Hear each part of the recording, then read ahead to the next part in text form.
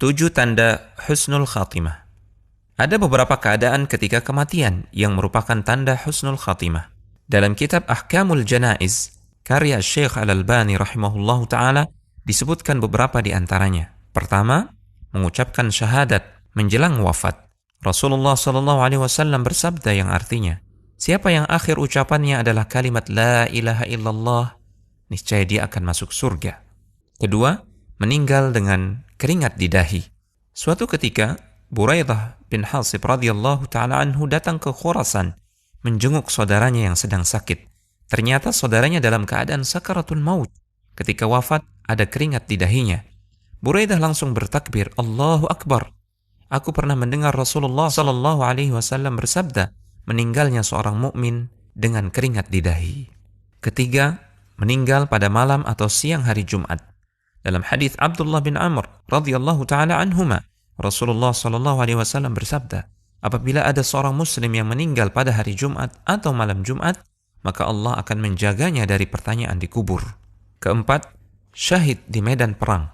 Allah Subhanahu wa ta'ala berfirman yang artinya, janganlah kamu mengira bahwa orang-orang yang gugur di jalan Allah itu mati, bahkan mereka hidup di sisi Rabb mereka dengan mendapatkan rizki. Dalam hadis, Rasulullah SAW menyebutkan banyak keutamaan orang yang mati di medan jihad.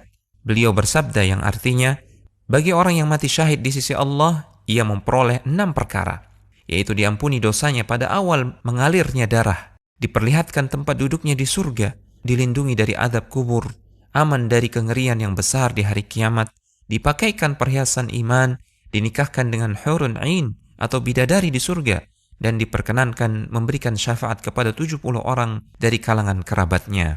Kelima, meninggal setelah bersabar dengan ujian yang Allah berikan. Rasulullah SAW pernah bertanya kepada para sahabat, siapakah yang syahid menurut kalian? Orang yang mati di jalan Allah, itulah syahid. Jawab para sahabat serempak. Berarti orang yang mati syahid di kalangan umatku hanya sedikit. Jawab Rasulullah SAW. Lalu siapa saja mereka, wahai Rasulullah? Tanya para sahabat. Kemudian Nabi SAW menyebutkan daftar orang yang bergelar syahid. Beliau bersabda yang artinya, siapa yang terbunuh di jalan Allah, dialah syahid.